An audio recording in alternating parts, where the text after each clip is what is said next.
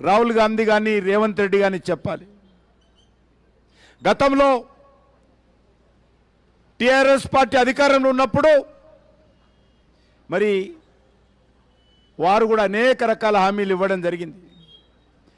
వారు ఇంకా గ్రేటు.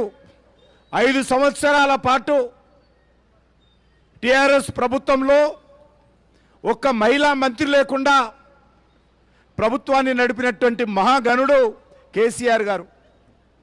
ప్రపంచంలో ఏ రాష్ట్రంలో ఏ దేశంలో కూడా మహిళా మంత్రి లేనటువంటి ప్రభుత్వము ఎవరు నడపలేదు.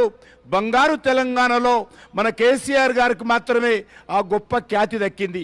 మహిళా మంత్రి లేకుండా 50% మహిళా జనాభా ఉన్నటువంటి ఈ రాష్ట్రంలో కనీసం మహిళా మంత్రి లేకుండా నడిపినటువంటి మహానుభావుడు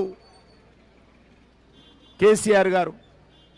మరి మీరు వచ్చి కాంగ్రెస్ పార్టీ వారు చెప్పింది అనేక రకాలుగా మహిళల కోసం అనేక రకాల హామీ ఇచ్చారు.